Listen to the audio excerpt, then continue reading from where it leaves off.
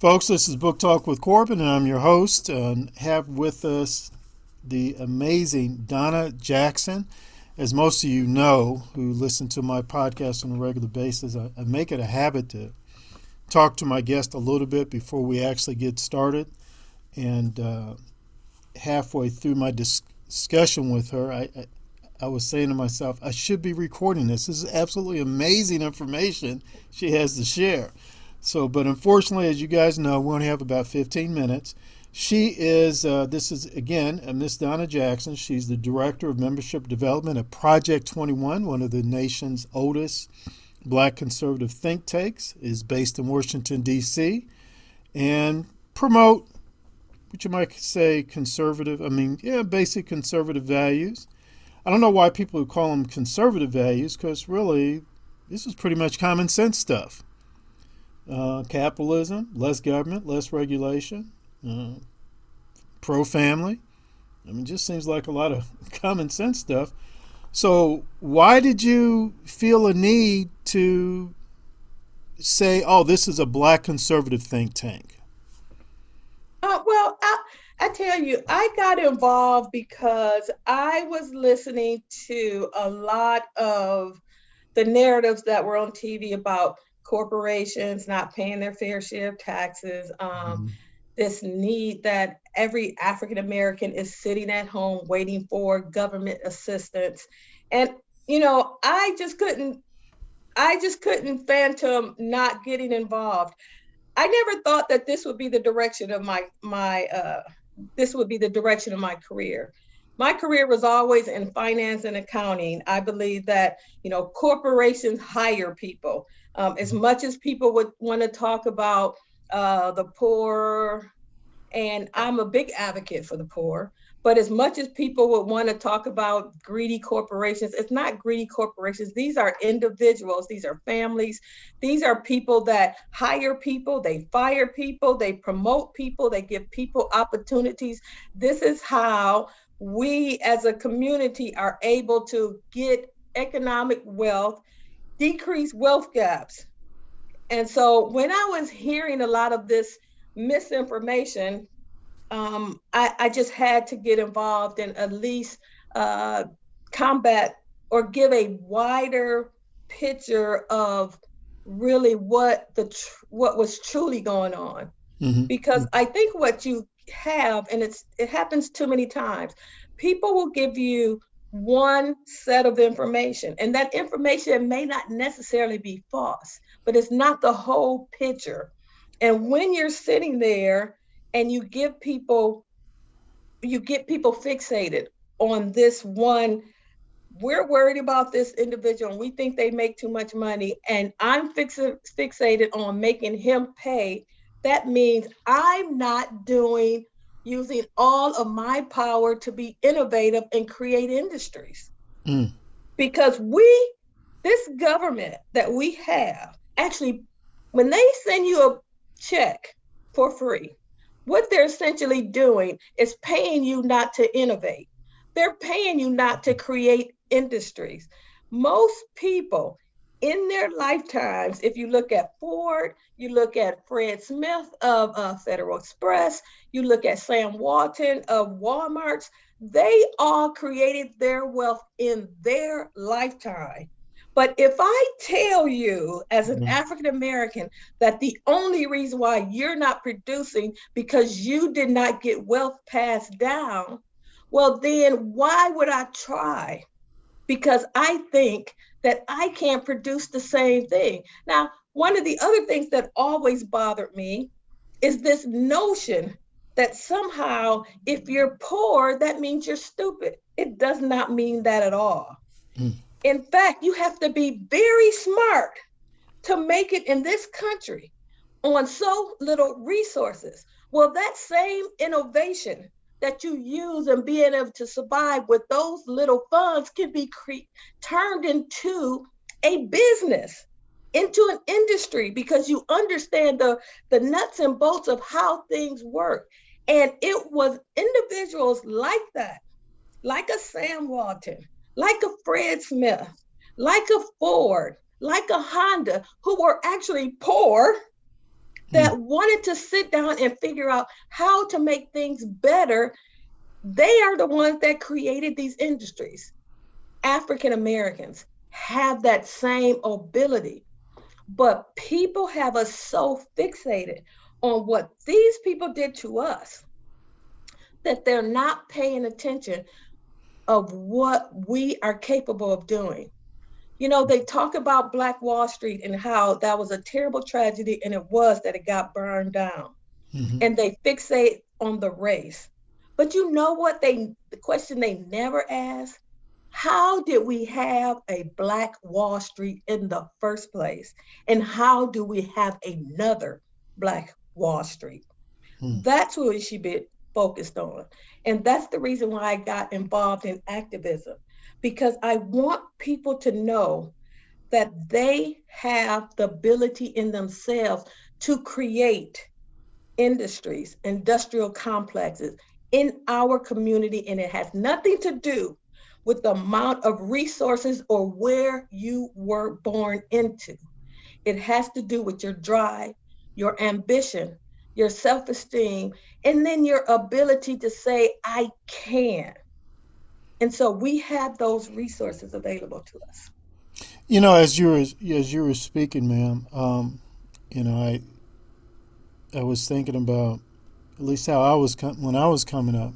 I was always introduced to a lot of the black figures who were fascinating, but they always seemed to have a complaint. You know, as you said, oh, this happened to us, and this happened to us, and we need to do this, and we need to do that. It wasn't until later in my life I learned about people like Madam C.J. Walker, A.G. Gaston, even Paul Cuffey, going back to the 18th century. My father introduced me to him. 18th century, there was slavery still around, and yet that man was, as you said, he took the few resources he had and boom, created a very profitable business. Do you think there's a deliberate attempt to sort of, well, let's not talk about a lot of these absolutely amazing black business folk, entrepreneurs, or what do you think might be the reason why we're not hearing much about them? Well, absolutely, it's a deliberate attempt to keep a permanent government dependent underclass. Because if I tell you you're not capable of something, then you don't realize how strong and what you have inside of you. You know, you were talking about Madam C.J. Walker. She was the first woman millionaire ever, not first Black millionaire, Mm, first white millionaire. She was the first woman millionaire of any race mm, in the United States. Now, we don't talk about that because mhm, we want people to be focused on slavery and thinking that that's all we are, so we can build up that rage. If mhm, you're full of rage, you're full of anger, if all you're thinking about is getting back on at this person, you're not thinking about innovation. You're mm, not thinking about what you're capable of. mm, Because if all of my attention is focused on this individual, then what attention do I have that's focused on my ability? mm, And that's why they purposely do that. You know, when you were talking about that, what people really need to understand about regulations is, you know, the government will say, well, we're trying to help you. And they say that about everything. Regulations are designed to create barriers mm, so that people can have entry into a specific area. So if I create a regulation, I have to have more resources to get that business off the ground.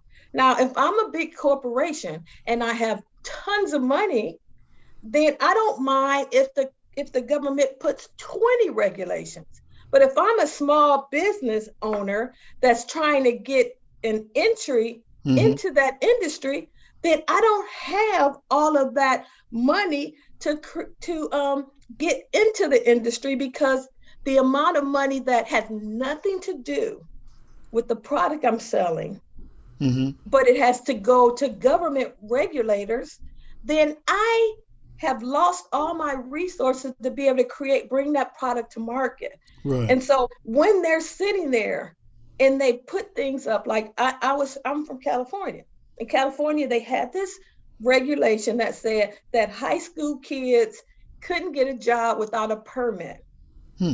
Well, they weren't trying to be good, diligent individuals and help making sure high school students could, balance their schoolwork and work. They did it so that they can keep high school students out of the market because all of the illegal immigrants that were coming in were taking those what we considered entry level jobs for teenagers, and they were working those jobs to take care of their families. Hmm. So you need to really realize what the goal of regulations are. They're not to help you. They're not because the government all of a sudden had this moral compass that they want to make sure you're okay. What Mm-hmm. they're designed to do is create barriers. Hmm. And those barriers keep you where you are.